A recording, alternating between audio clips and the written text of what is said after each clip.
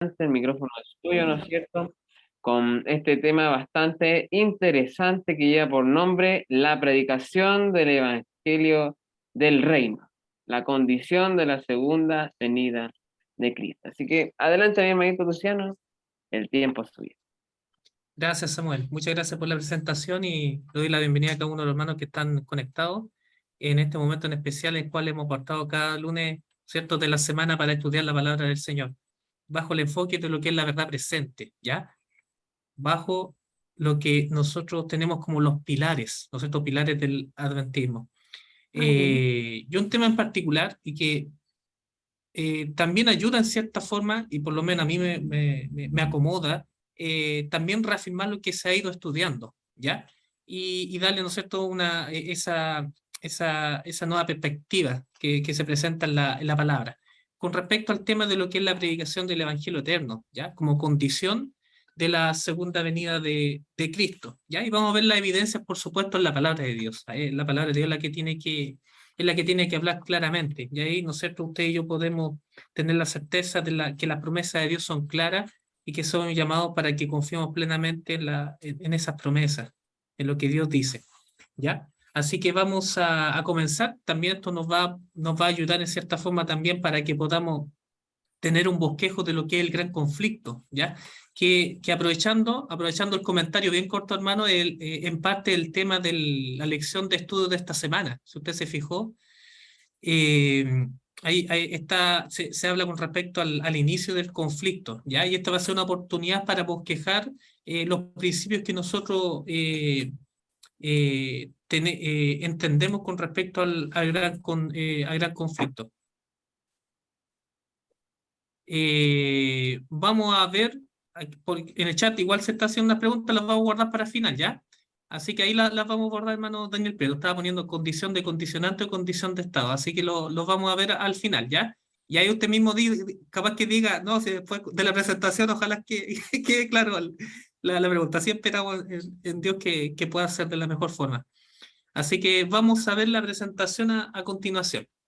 Como les decía, nos va a ayudar también para el tema de la escuela sabática, profundizar algo que se presenta en forma preliminar en la lección, pero aquí vamos a tratar de extraer algo más con respecto a este tema. Estamos presentando pantalla, estamos grabando, así que está todo listo ya para que podamos comenzar de la mejor forma esta presentación. Entonces, como decía Samuel, ¿no es cierto? Tema 22, ¿cómo ha pasado el tiempo? 22 temas en alrededor de 27 reuniones. Y en este tema ya bien avanzado con respecto a todo lo que, explorando todos los pilares, ¿ya?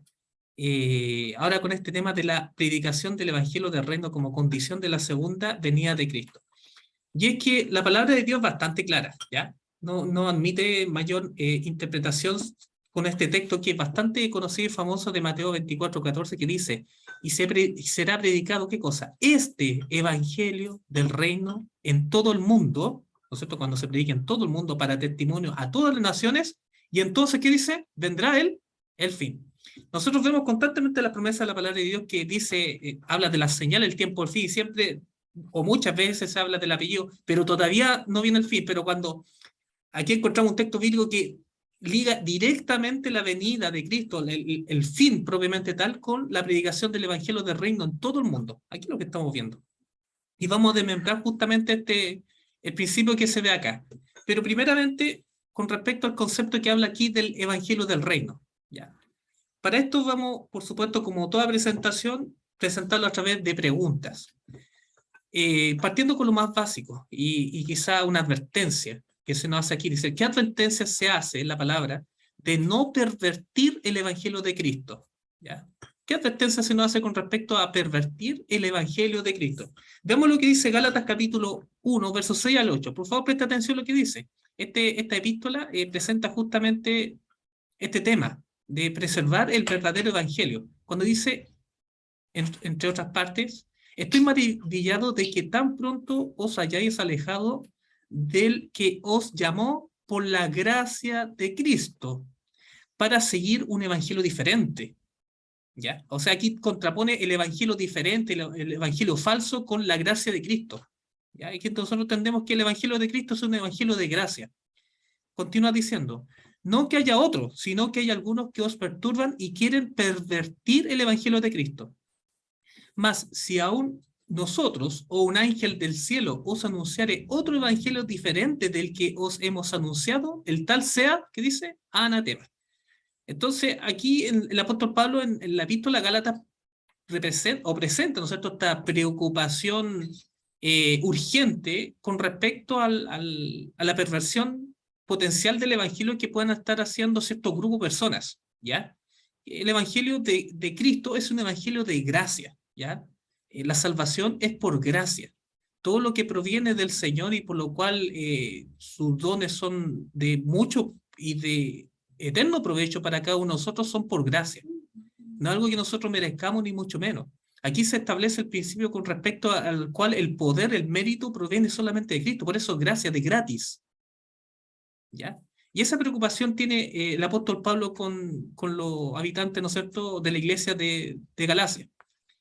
Vamos a ver un poquito más adelante qué consistía justamente esta preocupación, a través de un texto que habíamos visto cuando estudiamos el tema de los pactos. Y es que en Gálatas capítulo 4 se presenta justamente esta cita y hace esa distinción entre el falso evangelio y el verdadero evangelio a través de los pactos. Cuando dice, ¿por qué está escrito que Abraham tuvo dos hijos? Uno de la esclava, el otro de la libre. Pero el de la esclava nació según la carne. Fíjese, entonces el otro evangelio habla según la carne. Dice, más el de la libre por la promesa. Es el evangelio de la gracia, ¿no es cierto? El nuevo pacto, que es por la promesa, por la fe. Continúa diciendo, lo cual es una alegoría. ¿Qué dice? Pues estas mujeres, ¿qué dice? Son los dos pactos. O sea, aquí está anteponiendo los dos pactos. El pacto según la carne, según los intentos humanos de buscar méritos por sus medios, por sus propias fuerzas carnales, y el pacto de la promesa que es por fe. ¿Cierto? Y aquí continúa diciendo, el uno proviene del monte Sinaí, el cual da hijos para esclavitud. Este es Agar, porque Agar es el monte Sinaí en Arabia y corresponde a la Jerusalén actual, pues esta junto a sus hijos está en esclavitud. Entonces aquí le agrega otro elemento al falso evangelio, que es un evangelio que esclaviza, ¿cierto? Porque queda bajo la lógica de la carne, bajo los esfuerzos de la carne, bajo los intentos humanos de buscar méritos de salvación o de bendición. ¿Ya? Continúa diciendo, más la Jerusalén de arriba, hablando del pacto eterno, la cual es madre de todos nosotros, es, ¿qué dice? Libre. Da libertad el nuevo pacto. Así que, hermanos, nosotros como Isaac somos hijos de la promesa. En términos específicos, lo que está, el tema que explota el apóstol Pablo en el libro a los Gálatas, es con respecto en específico al tema de la circuncisión de la carne, ¿ya? Hay como una condición, ¿cierto? Que una lógica de viejo pacto, ¿no es cierto?, para la salvación. ¿Ya? Y había unos judaizantes, ¿cierto?, que exigían a los gentiles conversos circuncidarse. Volviendo, ¿no es cierto?, volvemos a decir, a la lógica del viejo pacto. ¿Ya? Pero que, sin embargo, se contrapone con el versículo que vamos a ver más adelante, porque vemos aquí, vamos a ver en Gálatas un poquito más adelante lo que nos dice el apóstol Pablo con respecto al nuevo pacto, al pacto de la fe. ¿En qué consiste? Y me gustó un versículo que es súper potente en Gálatas y que dice lo siguiente, presta atención. En el capítulo 5, verso 6 dice, aquí hablando del verdadero evangelio, dice, porque en Cristo Jesús ni la circuncisión vale algo, ni la incircuncisión. Y fíjense, sino que dice, la fe que obra por el amor. Volvemos a resaltar lo que está en rojo acá. La fe que obra por el amor. Entonces lo que estamos viendo, cuando usted lee completo el libro de Gálatas, sobre todo el capítulo 6, cuando habla de los frutos del Espíritu, ¿no es cierto?, que son frutos del verdadero evangelio, del nuevo pacto, que es paz, templanza, benignidad, etcétera, son frutos, son cosas que provienen del Espíritu de Dios, ¿no es cierto?, como obras que hace el hombre en el Espíritu, en la fe. Aquí dice, ¿no es cierto?, como se presenta aquí, la fe que obra por el amor. Entonces, aquí vemos que la obediencia, ¿cierto?, que presenta aquí el apóstol Pablo Gálatas, hay una obediencia que proviene de la fe. Y lo podemos bosquejar con la siguiente pregunta. Fíjense la pregunta que viene a continuación. Dice, ¿cuál es la diferencia de obediencia? Hay dos tipos de obediencia en la Biblia, eso lo estudiamos. De ustedes acordarse que estudiamos Estudiamos anteriormente que existen dos tipos de obediencia. La obediencia en el viejo pacto, ¿cierto? Que tiene que ver con los esfuerzos de la carne, con los intentos humanos de buscar mérito, ¿cierto? De salvación o bendición. Y está la obediencia en la fe, la obediencia bíblica, la obediencia en el Espíritu, como fruto del Espíritu Santo. ¿Ya? Y aquí estamos viendo que en Gálatas justamente se presenta esta dicotomía, esta diferencia. ¿Cierto? Entonces, ¿cuál es la diferencia de obediencia? Una, entre estar en el Evangelio de Cristo y el otro, ¿no es cierto?, un Evangelio falso.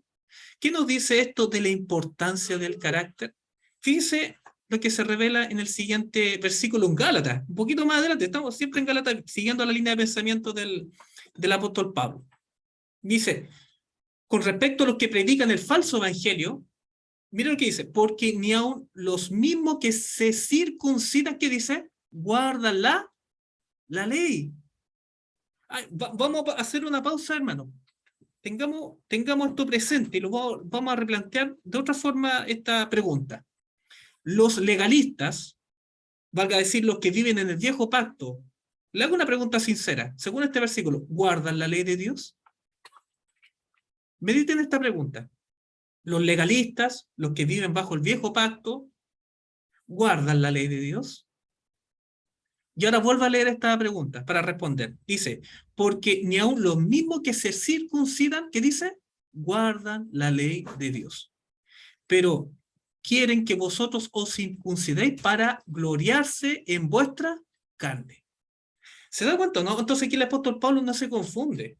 Es bastante clara la palabra de Dios. Entonces, que hay aquí aquellos que andan en un supuesto estado de obediencia, pero que no guardan los mandamientos de Dios, sino que andan según la lógica, como decíamos, del viejo pacto, de esto, ¿cierto? Y por otro lado, ¿no es cierto?, está lo que realmente significa en la fe guardar la ley de Dios. Son dos experiencias distintas que no deben confundirse. Pablo no lo confunde. Pablo hace la distinción que aquellos legalistas, aquellos que inclusive, ¿no es cierto?, históricamente en ese momento los fariseos, ¿cierto?, los doctores de la ley, no guardan la ley de Dios. ¿Ya? Nosotros podemos verlo a través de la siguiente cita que Elena de White, ¿cierto?, hace cuando comenta Gálatas capítulo 6, versículo 13, ¿ya? Dice lo siguiente, el apóstol instó a los Gálatas a dejar a los falsos guías por los cuales había sido extraviados y a volver a la fe que había sido acompañado por evidencia inconfundible de la aprobación divina. Los hombres que habían tratado de apartarlos de su fe en el Evangelio eran hipócritas, profanos de corazón y corruptos en su vida. Fíjense cómo los trata. Dice, su religión estaba constituida por una rutina de ceremonias, con cuyo cumplimiento esperaba ganar el favor de Dios. ¿Se da cuenta, no? Pero sin embargo, fíjense lo que viene a la frase, lo que dice aquí Elena White, inspirada, dice, no querían un evangelio que exigía obediencia a la palabra. ¿Se da cuenta o no? Entonces, cuando Pablo en Gálatas dice que la salvación es por gracia, está hablando de un evangelio que exige obediencia. Mientras que por otro lado, que el legalismo, ¿cierto?, o el falso evangelio consiste, ¿cierto?, en seguir una serie de instrucciones, de mandatos humanos mezclados con mandatos de Dios y que buscan mérito, que buscan el favor de Dios a través de una supuesta vida de obediencia. ¿Se da cuenta, no? Entonces, aquí la White también hace justamente la misma aclaración que hace el apóstol Pablo en Gálatas, ¿no es cierto?, de que el evangelio verdadero obra en fe por amor. Y como dice aquí, que en el caso contrario no querían un evangelio que exigía obediencia a la palabra. Y continúa diciendo, el que naciere otra vez no puede ver el reino de Dios. Sentían que una religión fundada en tal doctrina requería demasiado sacrificio y se aferraban a sus errores, engañándose a sí mismos y a otros. Entonces, bastante clara aquí la referencia que hace Elena White al respecto en el libro Hechos de los Apóstoles. En la presentación, cuando lo comparte, voy a colocar bien la cita. Ahí nos faltó poner la cita exacta donde se encuentra esta referencia, pero hace comentarios de Gálatas capítulo 6, verso 3. Todo lo que tiene que ver justamente con el evangelio de los legalistas, y que es un falso evangelio. Vamos a la tercera pregunta que dice, en base a lo anterior, ¿qué nos dice este texto de la relación entre la verdadera obediencia en la fe con la justificación por la fe? A ver, ¿cómo dice la pregunta? ¿Qué nos dice este texto, ¿no es cierto?, con relación a lo anteriormente que vimos con respecto a la circuncisión de la carne, ¿cierto? ¿Qué nos dice estos textos de la relación entre la verdadera obediencia en la fe con la justificación por la fe? Es un texto bien conocido también que tocamos en otro tema, que se encuentra en Romanos capítulo 2, versos 27 al 29. Pablo es coherente y habla bajo los mismos términos en otra parte de la Biblia, en Romanos ahora, cuando dice, y el que físicamente es incircunciso, pero guarda, ¿qué dice? Pero guarda perfectamente la ley, te condenará a ti, está hablando los judíos, que con la letra de la ley y con la circuncisión, ¿qué dice? Eres transgresor de la ley. ¿Se da cuenta, no? Entonces los que supuestamente están apoyados en la letra de la ley y se apoyan en los rituales, sin embargo, pueden estar viviendo perfectamente una vida de transgresión, mientras que otra persona que es una persona que recién conoce al Señor, lo acepta de corazón, vive la experiencia de la circuncisión en su corazón, dice, guarda perfectamente la ley, te condenará a ti que con la letra de la ley y con la circuncisión es transgresor de la ley. Pues no es judío el que lo es exteriormente, ni es la circuncisión la que se hace exteriormente en la carne, sino que es judío el que lo es en el interior. Y aquí dice, y la circuncisión es la del corazón. Esa es la promesa del nuevo pacto que estudiamos en su oportunidad. En espíritu, no en letra, la alabanza del cual no viene de los hombres, sino de Dios. Y por eso, con razón, antes había declarado esta frase potente en Romanos 2:13 cuando dice, porque no son los oidores de la ley los justos ante Dios, sino los hacedores de la ley serán, ¿qué dice? Justificados. ¿No es cierto? Justificaciones para salvación. Entonces, los hacedores de la ley serán justificados. Está hablando en contexto de un hombre o una mujer que ha sido circuncidado en su corazón. ¿Ya? En su corazón. Que Dios ha intervenido en su vida por la fe, en forma gratuita por su poder, ¿no es cierto? Ahí nosotros entendemos que el evangelio de la gracia tiene que ver justamente que no es por el poder del hombre, sino que Dios hace lo que el hombre no es capaz de hacer, pero hace justamente ese milagro de intervenir su corazón y poder andar en rectitud delante de él. O la cita que encontramos también en Lucas, también lo citamos en otra oportunidad, pero valga decirlo también para responder esta pregunta, cuando el Señor Jesús se encuentra con un intérprete de la ley que se levanta, ¿no es cierto?, y dice, para probarle, maestro, ¿haciendo qué cosas heredaré la vida eterna? ¿Qué le respondió Jesús? Dice, él le dijo, ¿qué está escrito en la ley? ¿Cómo lees? Aquel, el doctor en la ley, ¿no es cierto?, respondió, diciendo, amarás al Señor tu Dios con todo tu corazón y con toda tu alma y con todas tus fuerzas y con toda tu mente y a tu prójimo como a ti mismo. ¿Y qué le dijo el Señor Jesús? ¿Qué le dijo? Y le dijo, bien has respondido, haz esto y vivirás. Entonces, ¿cuándo se ha presentado otro evangelio diferente a este? Un evangelio que requiere en la intervención de Dios por la fe, andar en obediencia a los mandamientos del Señor, que se resumen en amar al Señor con todo el corazón, ¿cierto? Y amar al prójimo como a uno mismo. Ese siempre ha sido el evangelio y Jesús lo reafirma, lo confirma aquí. Nunca ha existido otro evangelio. Y hablar de otra naturaleza de salvación es pervertir el evangelio de Cristo. Y que lamentablemente pulula justamente otro evangelio en el mundo cristiano, ¿cierto? Que se bate entre los legalistas y se bate, ¿cierto?, en aquellos que definen la fe como una fuerza mental y no como una vida de obediencia. ¿Se da cuenta? Pero nosotros somos llamados justamente a predicar este verdadero evangelio como se presenta claramente, categóricamente y coherentemente en la Escritura. Nunca he presentado otro evangelio, otro medio de salvación como que nosotros estamos viendo. Vamos a la cuarta pregunta. Dice, en contexto de los últimos tiempos, ¿ya?, ¿qué relación hay entre la predicación del evangelio eterno y la obediencia a los mandamientos de Dios?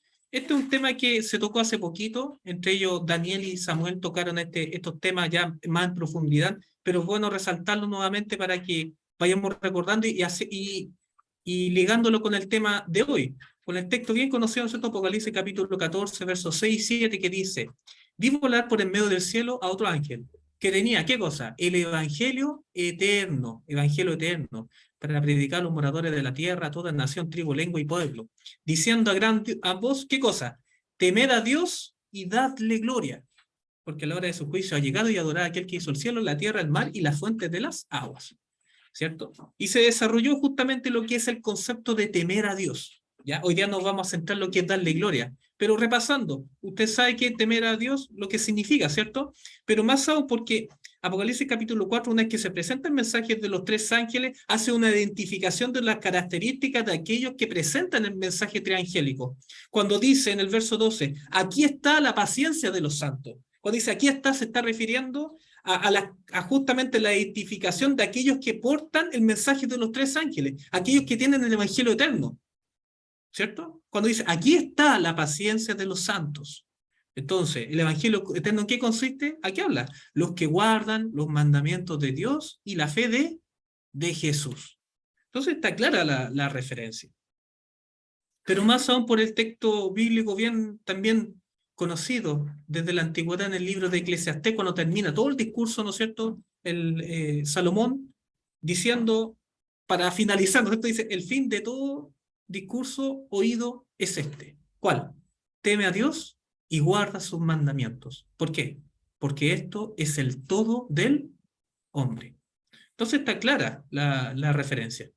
Vamos a la quinta pregunta, que dice, por otro lado, ¿qué significa que la orden dadle gloria a Dios esté en el corazón del mensaje de los tres ángeles? De hecho, justamente para presentar el mensaje de los tres ángeles está como base, como sustento lo que significa temer a Dios y darle gloria.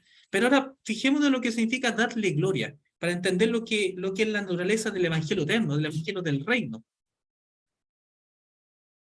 Fíjese lo que dice aquí el mensaje selecto, tomo 1, página 449. En este contexto se especifica en qué consiste la gloria, cómo darle gloria a Dios. Dice, el mensaje del tercer ángel demanda la presentación del día de reposo del cuarto mandamiento, y esta verdad debe ser presentada delante del mundo. Sin embargo, el gran centro de atracción, Jesucristo, no debe ser dejado fuera del mensaje del tercer ángel. Muchos que se han ocupado en la obra para este tiempo han dejado a Cristo en segundo plano y han dado el primer lugar a teorías y argumentos. ¿Ya? Está haciendo una advertencia bien directa aquí. No se ha hecho resaltar, fíjese, la gloria de Dios que fue revelada a Moisés en cuanto a qué? Al carácter divino. Carácter divino. El Señor dijo a Moisés, yo haré pasar todo mi bien delante de tu rostro, según lo que sale en Éxodo 33. Esto está en mensaje selecto. Entonces, aquí nos está dando un vislumbre en qué consiste la gloria de Dios, para entender qué significa darle gloria a Dios. Partamos por qué es gloria, la gloria de Dios. Y aquí hace una referencia, hace una anexión con respecto a su carácter. Y nos entrega una pista. Vayamos a Éxodo capítulo 33. ¿Qué pasó en Éxodo capítulo 33 y capítulo 34? Ustedes se acordarán que Moisés hizo una petición bien particular al Señor diciéndole que quería verlo, quería ver su gloria. Y el Señor le dijo, sí, pero bajo ciertas condiciones que ustedes deben conocer. Y en el capítulo 34, el Señor responde a este deseo de Moisés. Para esto nosotros tenemos que ir a Éxodo 34, solamente va a leer versos 6 y 7. Y aquí le muestra su gloria. Y fíjese lo que dice aquí.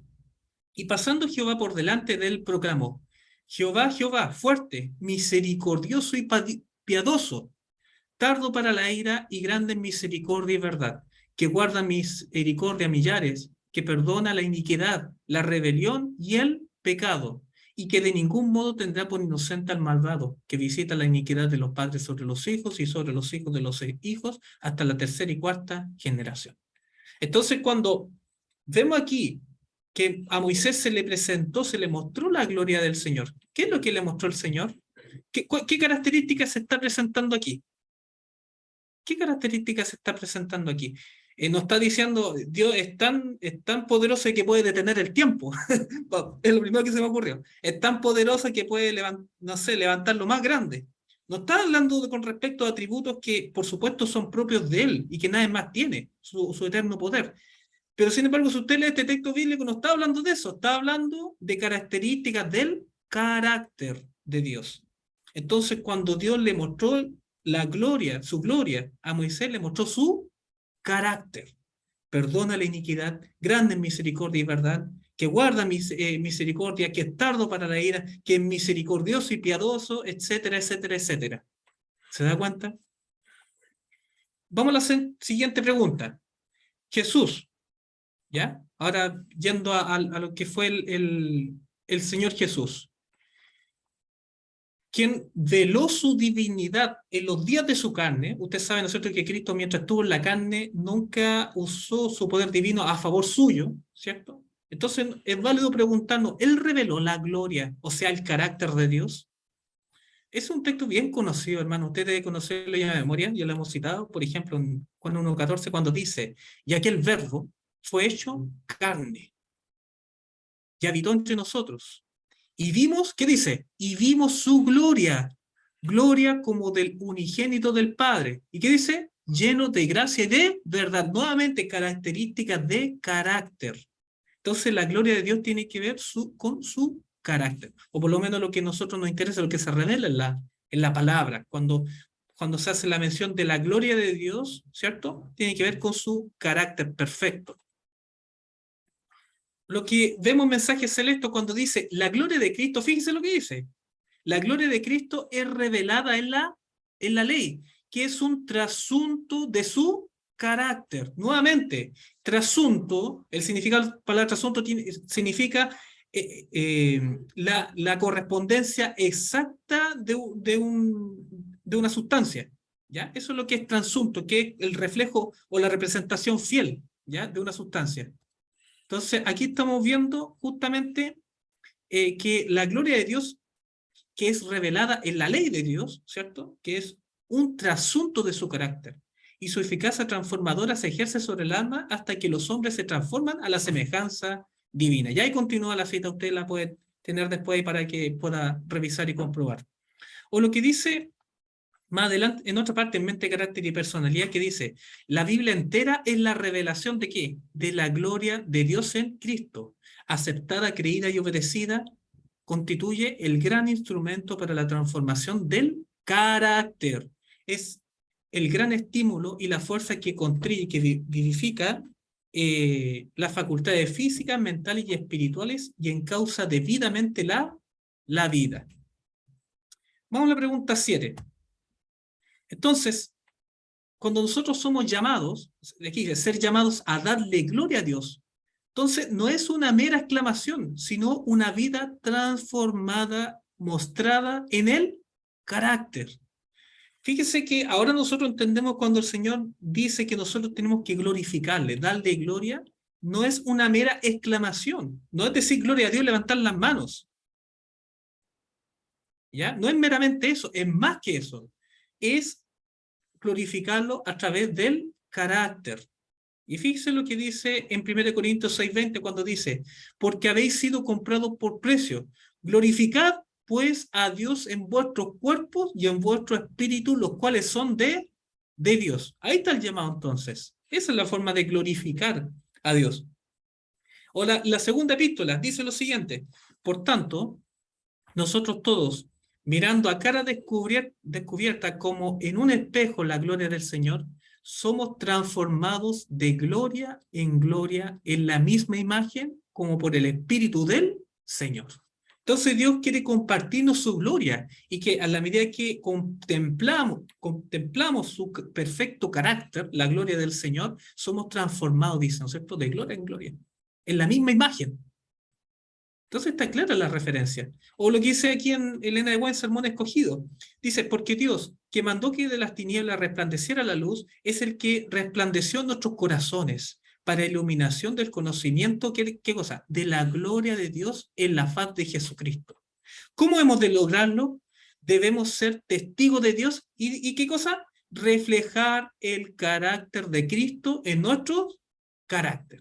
Entonces estamos entendiendo lo que es el llamado de darle gloria a Dios, que es el mensaje del primer ángel, que es Es la esencia del evangelio eterno.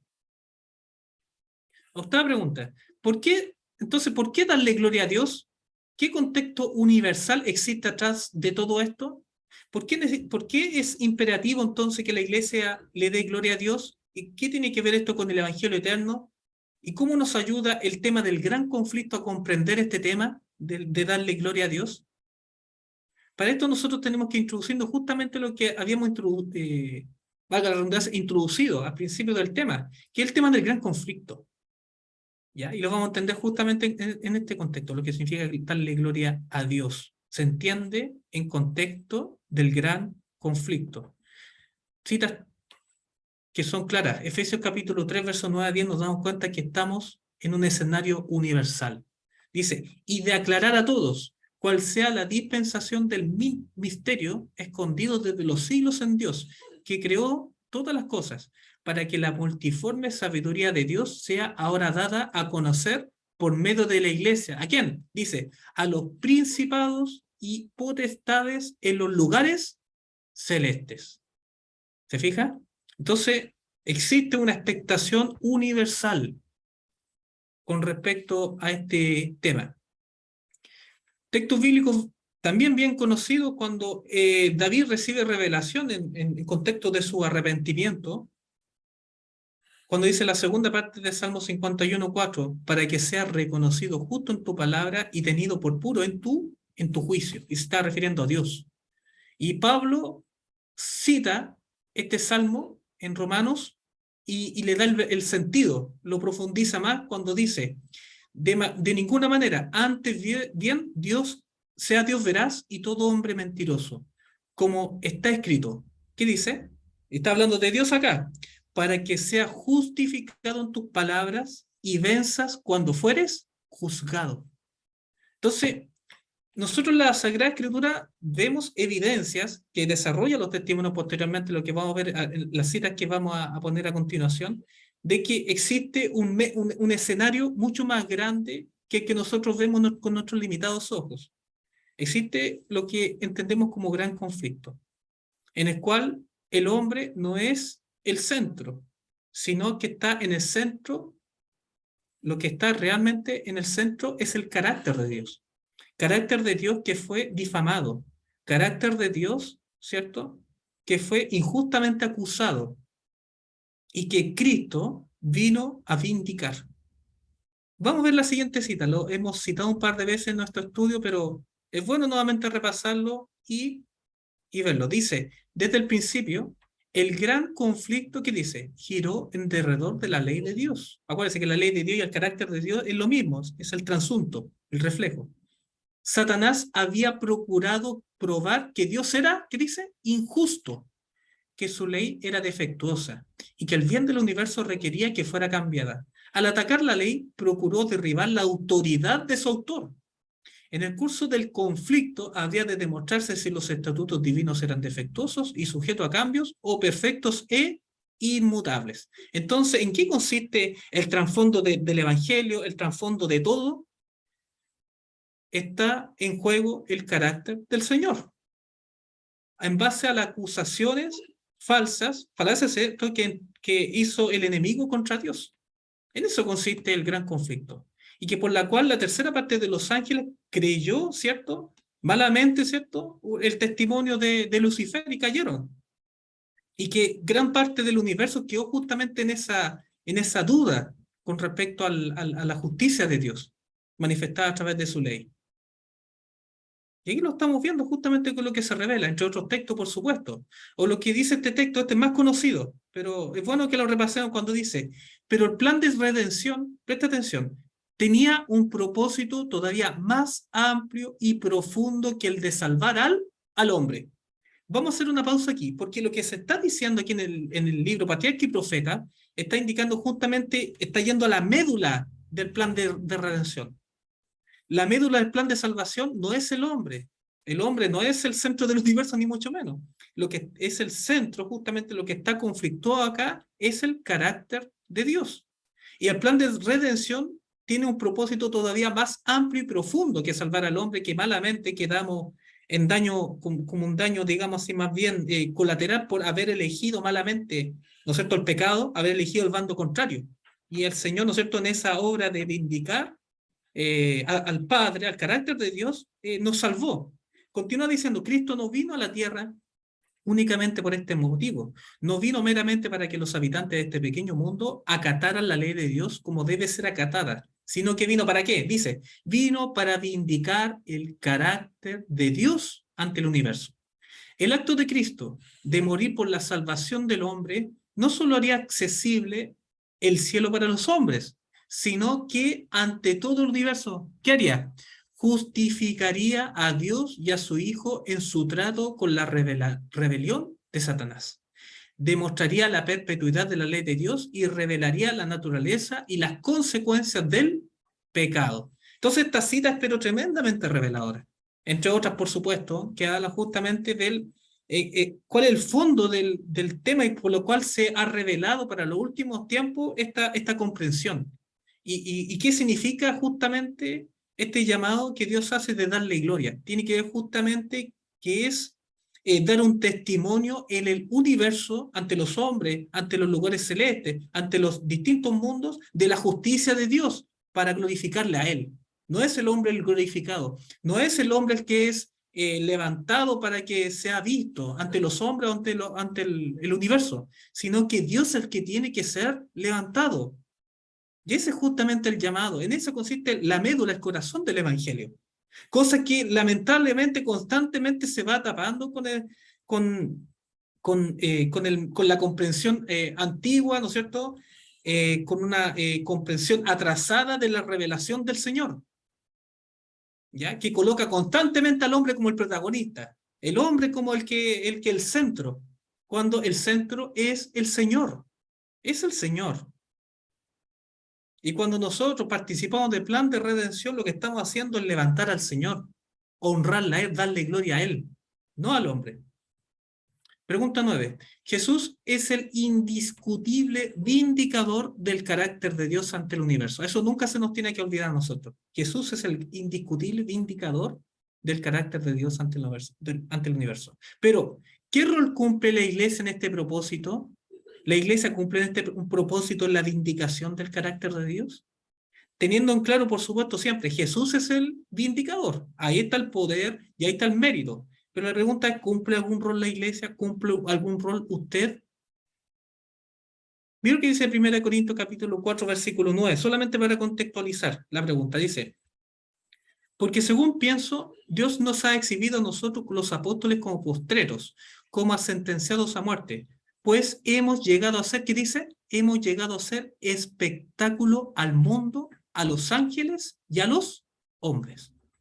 Entonces, el apóstol Pablo aquí reconoce la existencia de un escenario más amplio del cual nosotros, o el mundo cristiano en general, tiene revelado, pero nosotros estamos comprendiendo que tiene que ver con el gran conflicto, con la honra del Señor, y que nosotros somos parte de ese espectáculo. Y cuando Pablo en otra parte dice que nosotros somos carta abierta, está hablando de ese contexto también, carta abierta.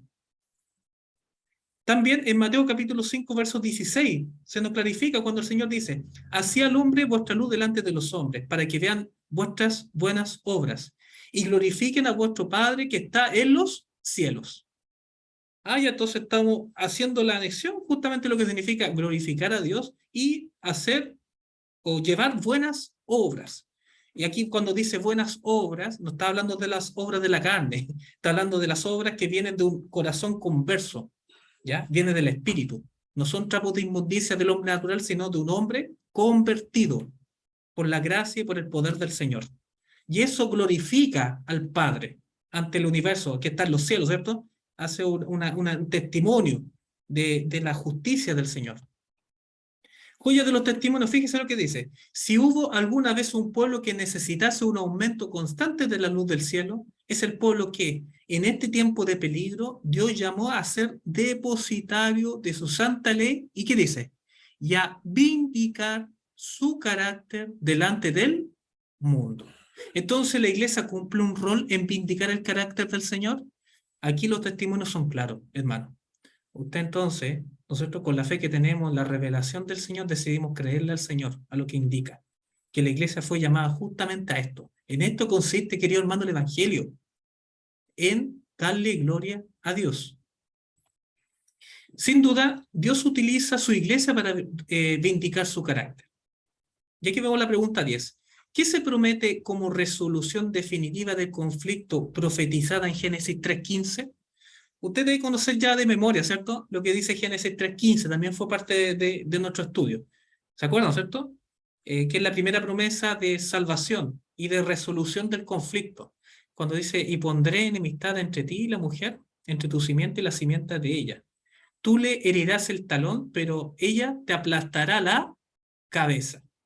En este versículo bíblico ya está, pero cargadísimo con respecto a conceptos proféticos y simbólicos de todo lo que es el Evangelio y cómo Dios iba a resolver el problema del pecado, ¿cierto?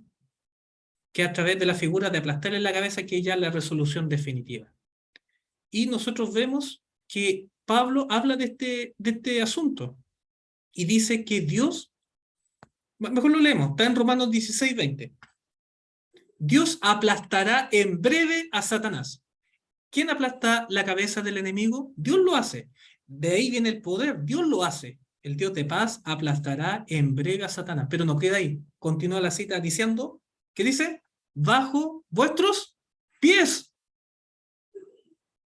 Volvemos a leer. Y el Dios de paz aplastará en breve a Satanás, ¿qué dice? Bajo vuestros pies. Entonces Pablo aquí recibe revelación de cómo Dios iba a resolver justamente esta gran controversia. Dios tiene el poder. Dios aplastará la cabeza de Satanás. Dios va a vindicar su nombre, pero va a ocupar los pies de la iglesia para lograrlo. Esa es justamente la comprensión que tenemos que tener. No es nuestra fuerza, no es que hay una última generación de personas que tengan cualidades que nunca se tuvo antes. Ciertamente, lo que se está profetizando acá, que Dios en su soberanía, en su poder, va a cumplir este propósito de vencer al enemigo utilizando los pies de la iglesia. Y está claro aquí la palabra. Yo elijo creerle a la palabra del Señor. Y termina diciendo, la gracia de nuestro Señor Jesucristo sea con vosotros. Entonces usted está viendo cuál es la relación justamente. Cristo es el gran vindicador. En Él está el poder y el mérito. No un 99%, sino el 100%. Pero ha determinado ocupar a su iglesia justamente para llevar este propósito. O como dice en el deseo de toda la gente, acerca del Espíritu dijo Jesús, Él me glorificará. El Señor vino para glorificar al Padre, que, ¿cómo? Demostrando su amor. Así el Espíritu iba a glorificar a Cristo, revelando su gracia al mundo. La misma imagen de Dios se ha de reproducir en la humanidad. Y fíjese lo que está en rojo. El honor de Dios, el honor de Cristo, o sea, todo el tema del conflicto. Aquí usted está viendo cómo se resuelve este tema. ¿Qué dice? Están comprometidos en la perfección del carácter de su pueblo. ¿No es clara la cita y la referencia que está haciendo acá? Y poniendo obviamente siempre a un nivel como corresponde. El Señor, del Señor es el poder, del Señor es el mérito, Él es el vindicador, no la iglesia. Pero Dios en su determinación, ¿cierto? Utiliza o ha de utilizar la iglesia justamente para resolver este tema. Y llega a tal punto que el Señor se atreve a decir lo siguiente, el honor de Dios, el honor de Cristo están comprometidos en la perfección del carácter de su pueblo. O lo que dice en mente, carácter y personalidad. La gloria de Dios, la perfección del carácter cristiano debe ser el blanco y el propósito de nuestras vidas. Los seguidores de Cristo deben imitarlo en su disposición. Entonces está clarísimo. Y última pregunta.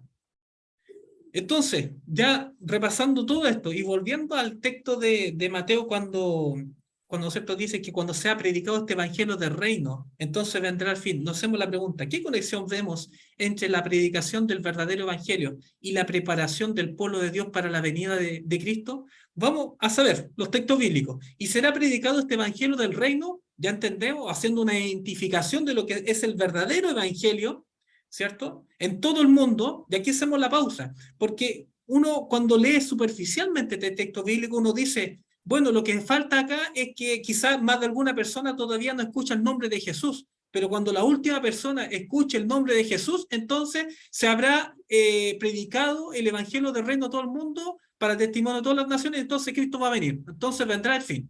Pero cuando entendemos la naturaleza del evangelio del reino, lo que está diciendo este texto es otra cosa. Lo que está diciendo cuando se ha predicado este evangelio del reino, o sea, cuando la iglesia de testimonio de gloria a Dios en sus caracteres, ¿no es cierto?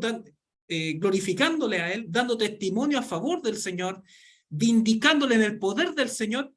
Eso significa cuando dice, y será predicado este evangelio del reino en todo el mundo, para testimonio, ya ahí se entiende el concepto, testimonio a todas las naciones, y cuando la iglesia en el poder del Señor esté preparada justamente, entonces vendrá el fin.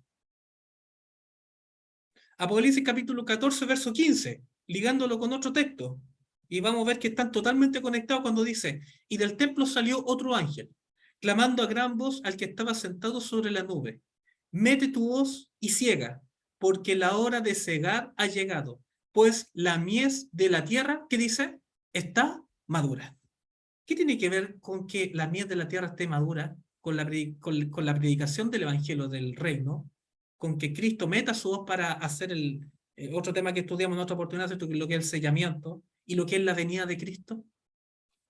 Lo vemos con la última cita que vamos a compartir a continuación. Dos textos de los testimonios que dan luz y hacen esta conexión precisa.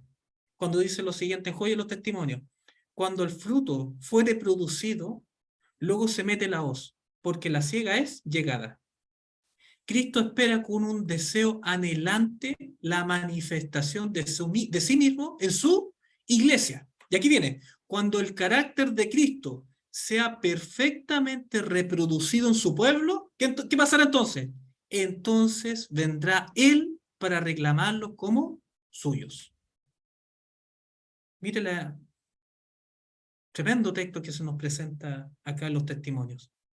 Y terminamos con esta última cita, en Deseo a toda la gente. Dice, mediante la proclamación del Evangelio al mundo, está a nuestro alcance apresurar la venida de nuestro Señor. No solo hemos de esperar la venida del día de Dios, sino, ¿qué dice? Apresurarla. Si la iglesia de Cristo hubiese hecho su obra como el Señor le ordenaba, todo el mundo habría sido ya amonestado, y el Señor Jesús habría venido a nuestra tierra con poder y grande y gloria. Entonces, aquí, ¿no es cierto?, cerramos estas conexiones que estamos haciendo con respecto a lo que es el Evangelio eterno, el Evangelio del reino, la preparación del pueblo de Dios, que es a través del poder del Señor, que es por gracia, por su mérito y por su poder, en una iglesia que se somete completamente a Él y que es como condición, una vez preparado su pueblo, para que Dios, en definitiva, venga. Eso, queridos hermanos, con la temática de hoy, de lo que es este tema del Evangelio eterno. Vamos a dejar la palabra ahora a Samuel para que, nos modere ahora. Si hay comentarios o algo que podamos compartir, lo podemos ahí también Bueno, conversar. sí, gracias, mi hermanito Luciano, por la presentación de este tema bastante bueno, ¿no es cierto? Nos ha sacado varias dudas, vamos complementando todo lo que hemos ido estudiando durante este tiempo, así que si hay alguna duda, alguna consulta, puede abrir su micrófono. Mi hermanita María, habla. Puede abrir su micrófono, escribir por el chat, para poder darla a conocer nomás. Aproveche la instancia. Sí, mi hermana Lilia. Bueno, yo tengo, buenas noches a todos los hermanos, y tengo entendido por todo lo que nos dijo el hermano Luciano, no, Ujú. ¿sí? Soy mala para los nombres, que nosotros como cristianos tenemos que seguir el carácter de Dios y la fe en Él. Es lo que más de los que más le escuché al hermano, que sin el carácter de Dios nosotros y tener la fe para poder predicar el evangelio a personas que realmente lo necesitan y que no saben de Jesús, ni de la segunda venida. O sea, no sé, así lo entendí. Mi hermano Luciano ahí, sí, yo lo encuentro bastante bien. Sí, sí, de todas maneras. Gracias, hermana Lilia, por su apreciación y efectivamente así la predicación del Evangelio no son meras palabras, sino el testimonio, ¿ya? Y el testimonio obviamente va por el carácter. Así que totalmente, hermana Lilia, muchas gracias. Ya, hermano. Amén. Bien, si hay alguna otra duda, consulta, mi hermana Gabriela. Em, yo sé que esta pregunta no viene mucho al caso de la presentación que dio nuestro anciano, pero quería consultarle. Yo conocí hace un tiempo atrás a una familia judía y ellos circuncidaban a sus niños. Eso ya no corre, ¿cierto?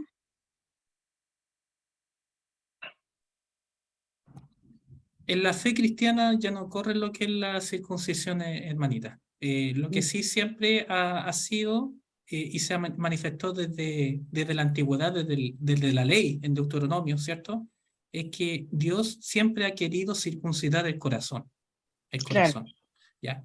Que es la intervención de Cristo justamente en los corazones como cumplimiento. Obviamente en Deuteronomio se habla de la circuncisión del corazón, después Jeremías explica más lo que significa eso, que tiene que ver con inscribir su ley en los corazones, ¿no es cierto? Y luego Pablo en Hebreo lo profundiza más todavía, cuando cita a Jeremías, ¿cierto? Que ese es el nuevo pacto. En eso consiste el Evangelio en definitiva, que es la intervención de Dios en los corazones. Eso nosotros tenemos como la circuncisión válida, la circuncisión del corazón.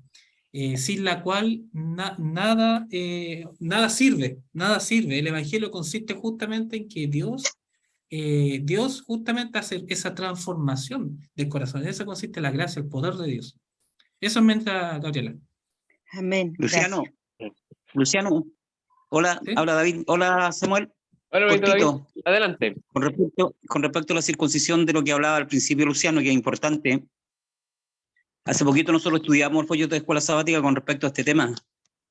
Esa era una lucha que tenía Pablo, una gran lucha que tenía Pablo con los apóstoles. Ya recordemos que le exigían a Pablo, los apóstoles, Pedro entre ellos, cierto, a la cabeza, le exigían a Pablo que tenía, en su predicación él tenía que exigir la circuncisión de todos los gentiles, o sea, a quien él le predicase la palabra y a quien aceptase a Cristo, tenía que circuncidarse. Y llegó un momento que fue tan dura esta pelea, fue una pelea muy, pero muy dura, y se hizo un concilio y se hizo un concilio, el libro de Hechos habla que se hizo un concilio entre todos los dirigentes de ese momento, los discípulos, Pablo, y se llegó a la conclusión de que ya no se exigiese más la circuncisión, que era una carga, al fin y al cabo era una carga para los gentiles. Exigirles a ellos que se circuncidanse era una carga. Por lo tanto, Pablo predicó la palabra sin exigir la circuncisión. Y lo que decía Luciano, que es muy interesante, por lo tanto, la pregunta que decía la hermana, antes de pasar a lo que decía Luciano, la circuncisión hoy en día no sirve de nada. Lo que importa hoy en día, lo que decía Luciano, es la circuncisión del corazón. Es decir, permitir que Cristo entre a nuestro corazón. Apocalipsis 3:20, de aquí yo estoy a la puerta y llamo. Él quiere entrar y Él quiere limpiar nuestra vida. Él quiere hacer un cambio total. La circuncisión en el pueblo judío era para eso más que nada. Pero ahora la del corazón es la que vale. Ese es el nuevo pacto que decía Luciano. Por lo tanto, hermana, la circuncisión hoy no vale nada, absolutamente de nada. La que vale, repito, es la del corazón, como lo dijo muy bien Luciano. Y Pablo luchó por eso y hoy en día no es necesario, ¿cierto?, para nosotros como pueblo gentil, el Israel espiritual más bien conocido. Eso, Sí, gracias. sí, totalmente, David. De hecho, en la epístola a Gálatas, que citamos al principio, si se fijaron, hablamos justamente del tema que ahora está explicando mejor David, que justamente ahí Pablo, ¿no es cierto?, hace una teología al respecto, ¿ya? Y lo compara justamente con volver a la esclavitud. Así lo dice Pablo, volver a hacer esas exigencias que no son de Dios, ¿cierto? Es volver justamente a la esclavitud y es la lógica del viejo pacto en contraposición del nuevo pacto que tiene que ver con la intervención de Dios en los corazones y que el que provoca justamente lo que son los frutos del Espíritu, ¿ya? Que proviene del Señor. Así que totalmente así, Samuel. Sí, no, Samuel, hay sí, una hermanito visita de David. acá de Cabrero, no, que se me había olvidado, la hermana María, que ella se conectó. Le mandé a la iglesia de Cabrero, a la que yo estoy participando acá en la región de Concepción, y ella está, para que le den el saludo, María se llama ella, está ahí, se conectó cuando yo le mandé el link, así que para que le manden un saludo. Eso nada más, y gracias por la oportunidad, Samuel. Bien, me gusta también verlo, mi hermanito David. Echábamos de menos. Mi hermanita María, entonces siéntase bienvenida aquí, ¿no es cierto?, a nuestro distrito Santiago Poniente. La recibimos con un gran abrazo y ojalá esta no sea la única oportunidad en la cual nos pueda acompañar. Así que queda invitada, ¿no es cierto? Ahí mi hermanito David tiene la misión de enviarle el link todos los lunes, 20 horas, a nuestro estudio bíblico, de los Ya, pilares de hermano, nuestra fe. gracias. Muchas gracias por los cariños. Gracias, hermano David. De nada, pues mi hermanita, le deja saludos a su familia y allá a toda su iglesia. Ya, gracias. Por allá también. Gracias, mi Cariño. hermanita María. Bien, mi hermanito Daniel Prieto tenía levantada su mano, así que adelante, mi hermanito Daniel. Y después creo que está la familia Aburto, así que adelante, hermano Sí, Daniel. la pregunta que hice al principio es porque deduje que iba a estar la penúltima cita que se leyó. Cuando el carácter de Dios sea perfectamente reproducido, entonces vendría la segunda venida, ¿cierto? Entonces, esa es una condición, esa es la pregunta, ¿es una condición o un estado? ¿Por qué la pregunta? Porque los detractores de la teología de la última generación, generalmente ellos aluden a eso como diciendo, no, es que Dios depende del hombre, depende del hombre para poder venir. Como que es una condicionante y no como que es un estado de las personas que Dios mismo va a reproducir su carácter en esas personas. Esa es la pregunta, ¿es una condicionante realmente o es un estado que Dios genera en las personas? Que Dios refleja su carácter, Dios llega a reflejar su carácter en las personas. ¿Dios depende del hombre o depende de su poder? Bien, gracias Daniel por la consulta. Fue un tema que tocamos cuando hablamos del principio de colaboración, ¿ya? En el caso contrario al principio de colaboración está lo que se llaman los monergismos, ¿ya? El monergismo neumatológico, digamos, lo trabaja lo que es la doctrina, digamos, calvinista, ¿ya? Que el calvinismo trabaja con predestinación, en el cual ellos son coherentes en el sentido de decir que Dios es soberano, depende solo de Dios, por lo cual del hombre no depende nada, ni siquiera la salvación, ni siquiera quién va a ser salvo y quién no, sino que depende completamente de Dios. Ese es un tipo de monergismo que tiene que ver con predestinación y nosotros entendemos que esa es una forma que no hace justicia al carácter de Dios, que no actúa en forma arbitraria, ¿ya? De lo contrario, justamente el enemigo sí tendría razón en acusarlo de ser injusto y arbitrario. Pero sin embargo, lo que nosotros creemos, por otro lado, ¿cierto?, es que Dios tiene todo el poder y mérito justamente para lograr esto. Pero aquí está la trampa, que es lo que nombra Daniel Prieto, ¿cierto? ¿Prieto el apellido? Sí. Que es con el otro extremo, ¿ya? Y la gente siempre se bate en extremo, lamentablemente, que el extremo del monergismo del hombre. Que dado que ya que el hombre participa de todo esto, entonces Dios depende del hombre. Ese se llama monergismo antropocéntrico, que quiere decir justamente que en el hombre está la habilidad de iniciar su propia salvación y de iniciar los detonantes que van a provocar la segunda venida. Nosotros tampoco creemos en eso. Digo, son dos tipos de monergismo. Entonces, lo que se presenta en los textos de Elena de White es el principio de colaboración. Dios obra y el hombre obra. Pero Dios obra, cuando decimos Dios obra y el hombre obra, no estamos diciendo que es 50% y 50%, lo que estamos diciendo es que Dios obra un 100%. Pero la obra del hombre no es para agregar mérito ni poder. La obra del hombre es agregar voluntad, ¿ya? Someterse al Señor, someterse a su poder. En ese concepto, en ese sentido se habla del principio de colaboración. Elena igual lo dice, claro, dice, Dios en su infinito poder no va a hacer nada, nada, sin que el hombre no esté dispuesto a entregar. Entonces, tiene que ver justamente con esa colaboración que viene justamente de dos partes. El poder es de Dios, no es del hombre, pero es necesario que el hombre se entregue completamente, soberanamente en su conciencia, para que Dios haga la obra. Antes de seguir con la respuesta al tema, Daniel está levantando la mano. Sí, sí, Ah, sí. Daniel Sí, Vera, perdón, pensé que era Daniel Vera. sí, sí. Bueno, si quieres complementar.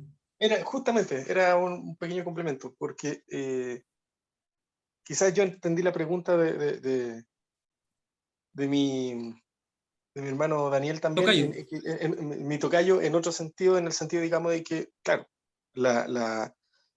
para la venida de nuestro Señor sabemos que hay una condicionante que se predique todo el Evangelio a todo el mundo, pero a su vez, nosotros como pueblo debemos cumplir una condición, estar en un estado, entre comillas, en un estado espiritual, en una condición espiritual particular, que es la que también describe la Biblia en el sentido, digamos, de encontrarnos sin mancha delante de Dios, estar sin pecado, vivir, digamos, en comunión completa, en perfecta y continua comunión, en comunión constante, podríamos decir, frente al Señor.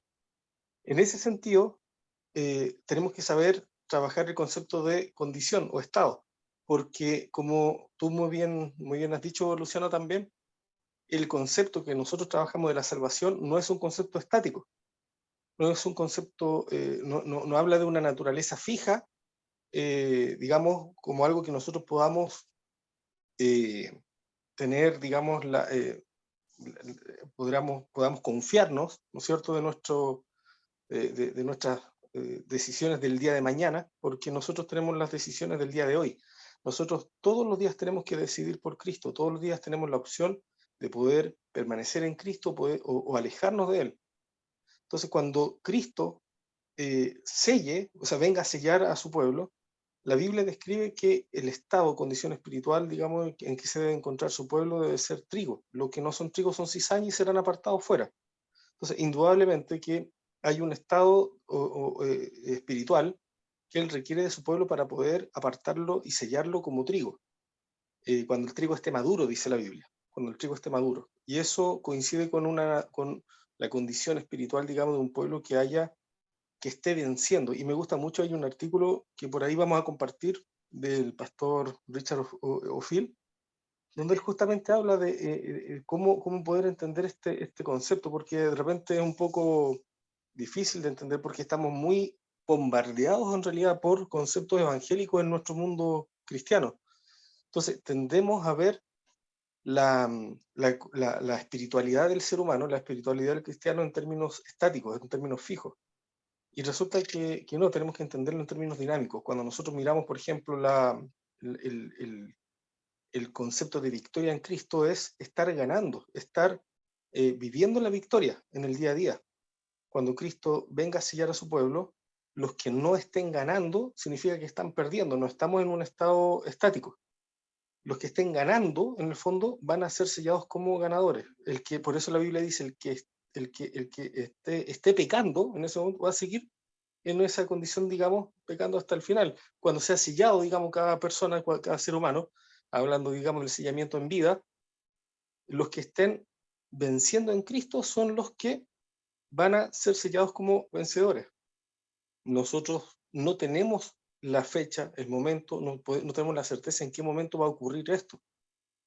Por eso es muy importante que nosotros nos mantengamos aferrados a Cristo todos los días, porque no hay seguridad alguna en lo que nosotros hemos hecho de aquí al pasado. Puede que llevemos 20 años, 30 años, 50 años de una vida completa, digamos, consagrada a Cristo. Nosotros nos apartamos un día de nuestro Señor sin confesar nuestros pecados, sin arrepentirnos, y todo lo que hayamos hecho para atrás está totalmente perdido. La vida cristiana consiste en una vida de continua comunión con el Señor. Por eso es tan importante que nosotros aprendamos lo que significa la continua dependencia, porque es solamente en la continua dependencia en que nosotros tenemos seguridad. Nosotros no tenemos seguridad basado, digamos, en una decisión que algún día tomamos en nuestra vida, un momento en el pasado. No tenemos seguridad basada en todo lo bueno que hayamos hecho, porque la salvación no es una suma y resta de buenas obras versus malas obras.